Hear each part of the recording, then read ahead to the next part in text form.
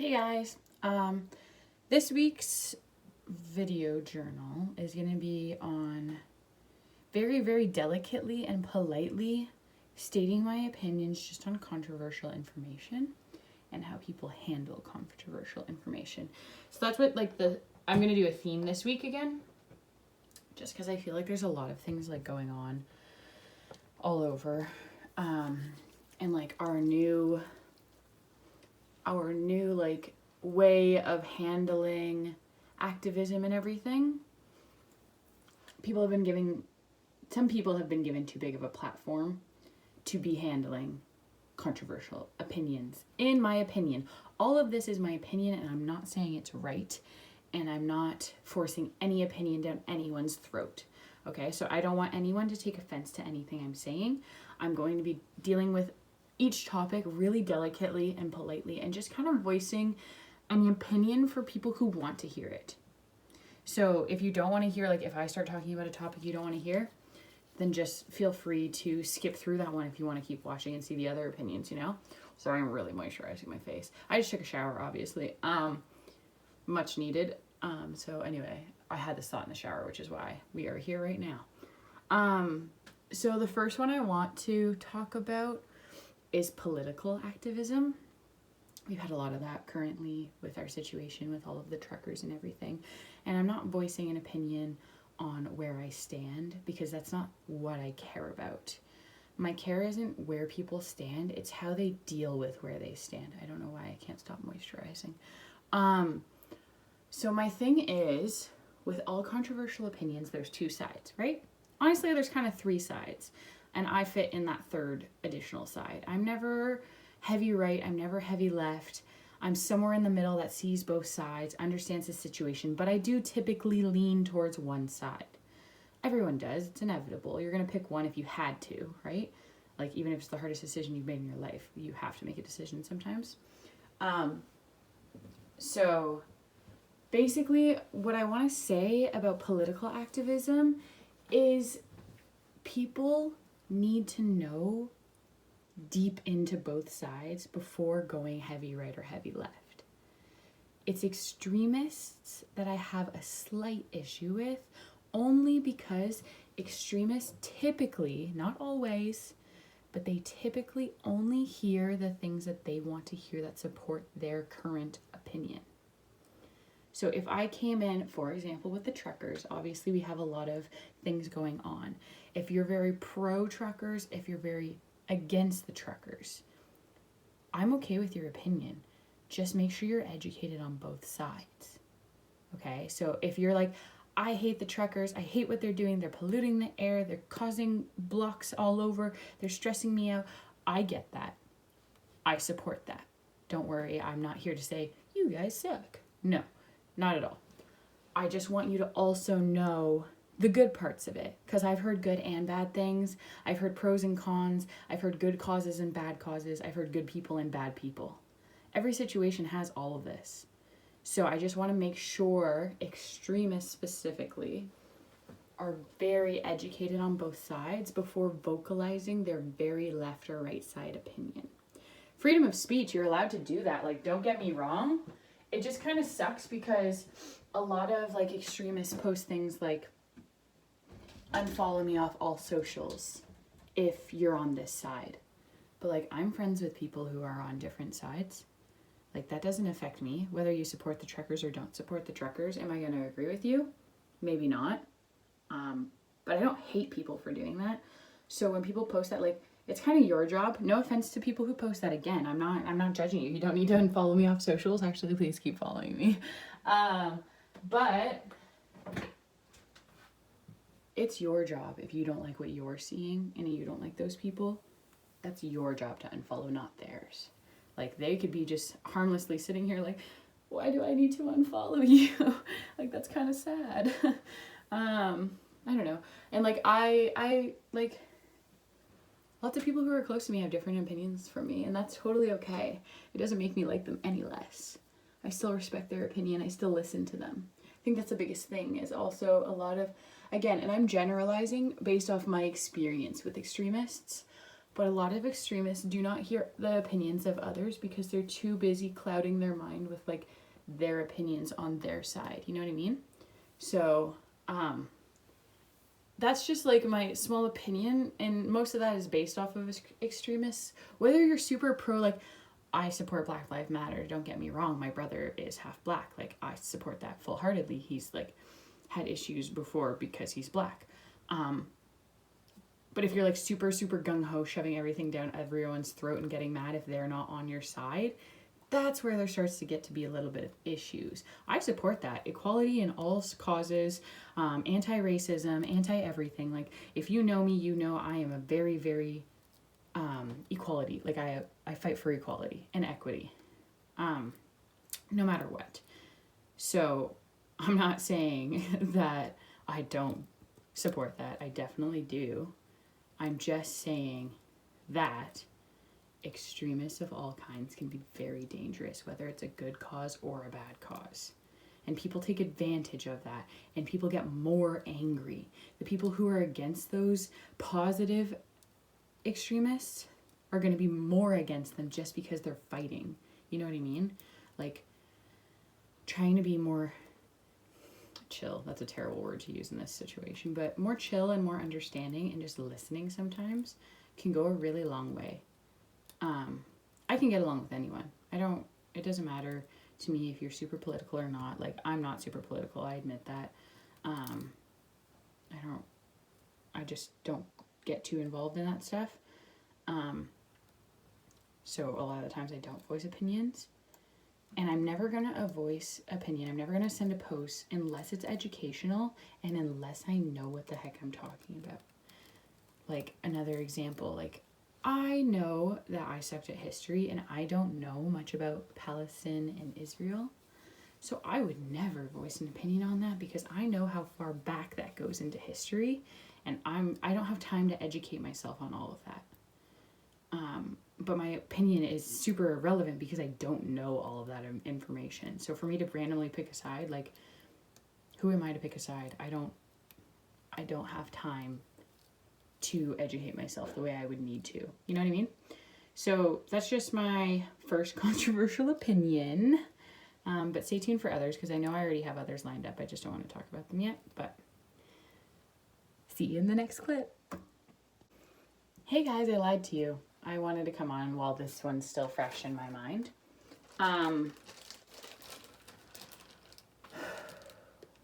This one I want to make sure I word my words carefully, so if I go a little bit slower, I'm thinking, because this one's so current that I don't want to voice any negative opinion based off of how I feel, okay? So that's something I find very important. I don't like to be reactive whatsoever. A lot of the times I just tell people, like, I need space to absorb so I can react, right? So I'm a big, firm believer in, like, sleep on it and get back to it kind of thing. Sorry, I'm casually using my visibly bright facial serum. I have a bunch of serums. I don't know. They probably make my skin worse, but I'm over it. So, yes. This opinion is that when someone does something wrong to you, big or small, you have a right to address it, okay? You have that right. I'm not taking that right away from you. How you go about doing so, that's what matters. If you have issues with someone, talking to them is the best way to solve it. Because 9 times out of 10, they don't know they caused you pain because you didn't communicate it. Communication and miscommunication, huge factors in situations like this. If you don't communicate with someone and you expect them to read your mind and your body language, that they're gonna know that you are hurting them or that you have made them upset, you're gonna hurt yourself way more because no one is a psychic. Like, we're not out here reading minds. So a lot of the times, and I have been guilty of this before because I expect people to understand situations like I do, and I know most people don't. I'm really good at reading people, I'm really good at reading situations, and for me to expect anyone else to be able to do that, that's my mistake because my expectations were up there. So I'm a big fan of communicating now. So if someone does you wrong, okay, in any way, shape, or form, communication with them, first step, automatically. That's what it should be, I mean. Because if you don't talk it out, again, you're going to be exactly what I don't want to be right now, reactive. And reactive people do messed up things. That's factual. Fear, jealousy, pain makes people do messed up things because they don't know how to handle it. Well, I'm telling you, the first way to handle it is communication. Understand the situation. Maybe there's a valid reason. Everyone has a story you know nothing about. Every single person. Yeah? People used to think I was the happiest person on the planet. People who know me know that's not true.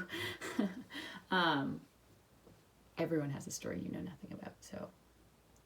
And some people have stories you'll never know anything about. You don't know the struggle. You don't know where they came from. You don't know what happened to them. Even, for example, like you watch so many movies on like really big bullies, and then you see their background. And it doesn't make it okay what they did, but it makes you understand the situation. Right? Those are good movies when they help you understand why people do what they do. Because then you can move forward from it. Once you understand, you can let go. It's not anger anymore. It's not pain anymore. You get it. Whether you deserved it or not, you get it. So that's my first thing to say. My second thing to say is there's a way about going about it. So if you chose, okay, say, for example, you chose not to communicate. You didn't want to understand the situation. You just wanted to be angry. If you fight fire with fire, you're making a bigger fire. And if there's no legal issue, why are you making the bigger fire? If there's a legal issue, send them to prison. They deserve to be in prison. It's a legal issue. That's why the law's there. But if it's not a legal issue, why are you making a bigger fire? For yourself and everyone around you. You're not burning just them. You're burning everyone around the situation. You're affecting so many people, positive or negative. And it's almost selfish. I say that lightly, but it's almost selfish to do that. Because you're not thinking about all of the other people. Because you're seeing red. You're seeing fury. You're seeing all these emotions you've bottled up. There's an outlet, okay? Communication is the outlet. Help yourself. Help others. Listen.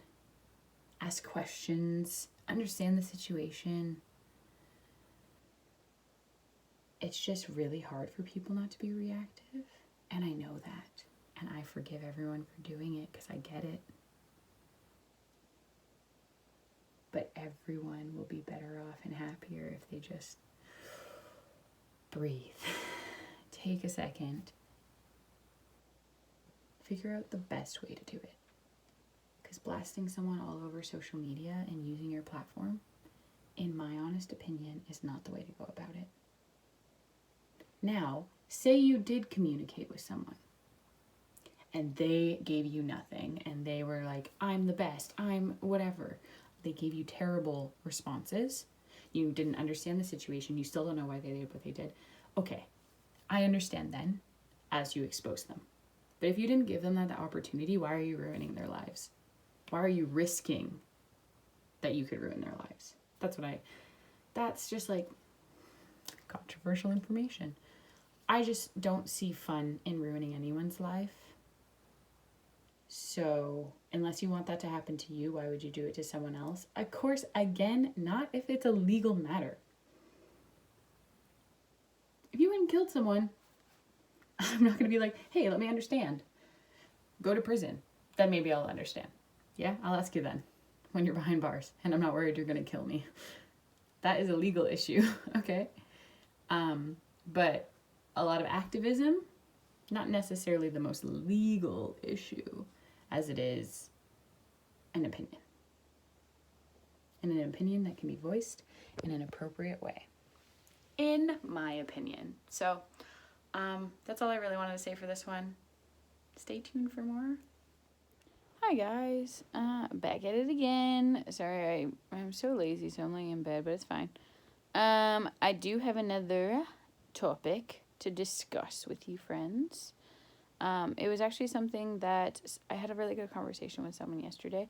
I love good conversations, so a lot of like the things I've already been saying on like extremists, etc., like just people who are reactive and everything.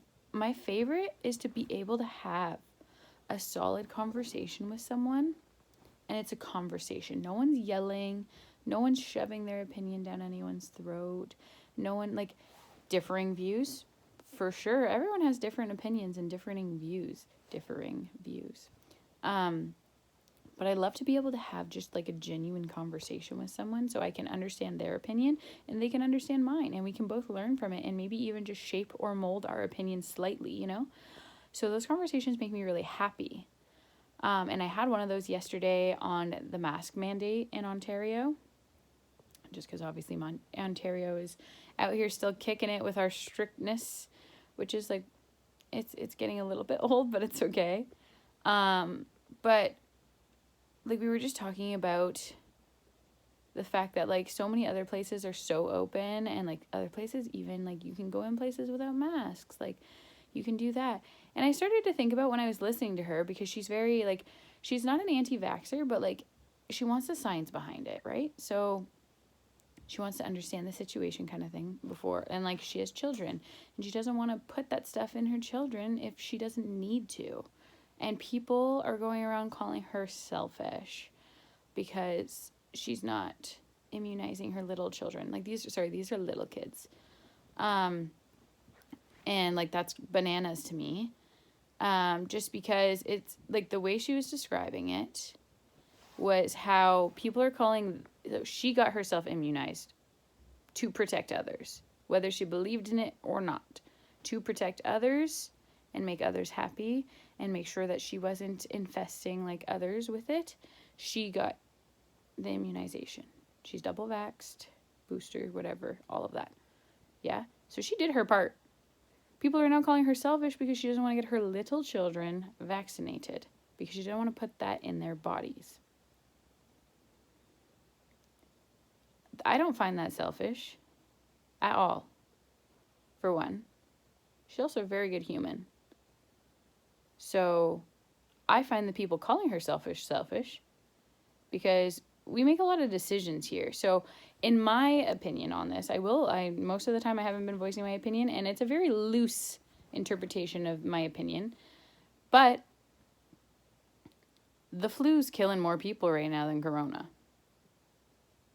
Like influenza, we've had this every year, and it kills, I don't know the stat, but I know it's quite a few people every year. We don't force anyone to get the flu shot. We don't force people to wear masks because they have the flu. They get the flu. They give the flu to people. We all get the flu. We heal from the flu. We move on. So now that COVID, now that COVID, death toll, way down here, right? Compared to where it was when we first started. Like, I get why we did the mask mandate. I get why we did the lockdown all at the beginning. It was crazy. It was killing people. My theory is still that Earth was like, yo, you're overpopulated and killing me. So it was like, hi, uncover this new variant. But like nowadays, the death penalty of COVID is not so severe. And like less people are getting the flu anyway because of this. But like, I'm just saying, like, the flu, right? Everything came in waves. We got the swine flu. We had SARS, which was a variant of COVID. We got Ebola. Like all of these things, they came through. They killed people. We like kind of moved on, you know? So why is COVID lasting 2 years? Why are we still going into lockdowns? Why are we still wearing masks absolutely everywhere and forcing people to get like immunized? It's the fact that people force people. I think that's the issue here. Because if you choose, okay, Say you are worried you're going to get COVID or pass it along to someone. Okay, you wear your mask wherever you want. You are protecting yourself. You avoid places if people are, or like if you see someone without a mask, turn around, go away kind of thing. But like, it's starting to get to a point where it should start to be a little bit more optional. Like if I feel comfortable walking into a grocery store without a mask on, being like, if I catch COVID, I was meant to catch COVID. If I die from COVID, the depopulation was me. I don't know, like my time will come when it comes, right? I shouldn't be trying so hard to stop it because like whatever's meant to happen will happen, and we overpopulated. And I'm not saying everyone needs to die. I'm just saying like our goal right now is to make everyone live to like 100. But like that was never the world's intent. Like we've become so smart, so much research, so much science has gone into this so that we can make everyone live to 100. But like the world wasn't meant for that, and the fact that we're living longer and longer makes us very overpopulated. So, all in all, to say, I don't think she's selfish. I think the people who are trying to force her to make her little children be vaccinated are more selfish. You don't need to have your children be around her children. Like, and same with like things like competitive sports that are forcing you to be vaccinated to play. Why are you forcing them? You're taking away their like happiness, like those children, because they're like, right? That's kind of sad. Because it's wild, because I think like my theory, and this could be wrong, and I know that there's no science behind what I'm saying, but like the world wanted to be depopulated, so it was like, here, have a virus that's going to kill a bunch of you. Okay, now it weakened. But the fact that Ontario is still in lockdown and is forcing people to get vaccinated and doing all of this, right? So people are still dying, but now it's from suicide. Because you're taking everything away from them. I know that there was a story about a girl who couldn't go to the college she wanted to because she was not immunized. So she killed herself. Like small things like that, that's so sad. Freedom of everything, right? That's what it's supposed to be. You're supposed to be allowed to do what you want. If you're uncomfortable with it, if you specifically are uncomfortable with it, take your precautions. You can wear 2 masks. You can avoid certain people. You can do that. But I don't think the mandate should be to force everyone else to do this. Like, that's not the right answer in my opinion. Forcing anyone to do anything and destroying their life if they don't do it, making them unemployed, making them depressed and lonely, making them like locked in, like the poor senior citizens who are like dying in their retirement homes alone because no one's allowed to go visit them, the people in the hospital who are dying and you're not allowed to go visit them because of COVID. Like, you're telling me, like, for example, like my grandmother passed away, right? She had COVID at the time. She passed away from other things, but COVID definitely didn't help the situation, and she had to die alone because no one was allowed to go visit her. But if I was willing to contract the COVID she had, like if I was willing to get that so she didn't need to die alone, why am I not allowed to do that? Who are you to tell me that you need to protect me if I'm willing to get it? Right? If I am willing to die with COVID to make sure someone's not dying alone, let me do it. And it's mandate on that. I know the healthcare system has no control in that. I know that they're told, nope, you can't do this. And like, that's probably heartbreaking to them too. These doctors are probably like, I don't want your grandma to die alone either. Like, that's sad. And that's like, I know that I've heard a lot of other people have this issue where they can't go visit their dying loved ones, whether it's in a home or whether it's in a hospital. Like, that's so sad to me. So in my opinion, like, take your own precautions and be really safe with who you are. But these restrictions are not really helping. They're just making people more depressed. I would rather die happy than die depressed. I don't know. That's just my opinion. Anyway, I feel like that went on a lot of tangents all over the place, but, you know, that's just my mind. Okay, bye.